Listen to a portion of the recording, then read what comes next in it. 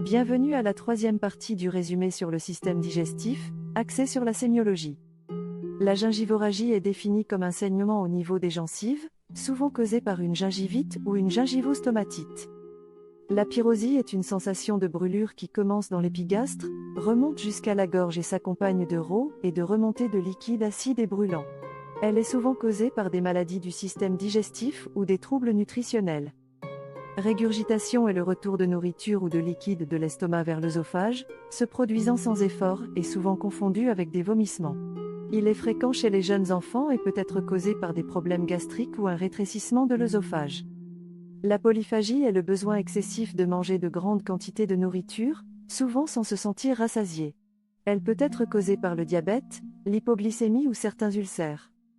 La polydipsie est une soif excessive et intense, entraînant une consommation fréquente de boissons et une augmentation de la production d'urine. Elle est souvent associée au diabète sucré ou au diabète insipide.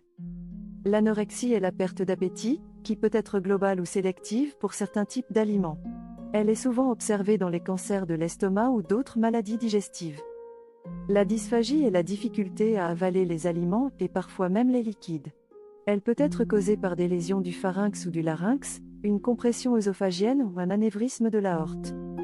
Les nausées sont l'envie de vomir, souvent précédées d'une sensation générale de malaise, de pâleur, de vertige et d'une tendance à s'évanouir. Elles peuvent être causées par des affections biliaires ou des crises cardiaques. Les vomissements sont l'expulsion forcée du contenu de l'estomac, qui peut être partielle ou complète. Ils surviennent lorsque l'estomac se contracte brusquement, souvent en raison de problèmes gastro-œsophagiens ou de hernie. La constipation est une difficulté à évacuer les selles dues à un séjour prolongé dans l'intestin, entraînant un ralentissement du transit. Elle peut être causée par des facteurs alimentaires, un manque d'hydratation ou des carences en vitamines.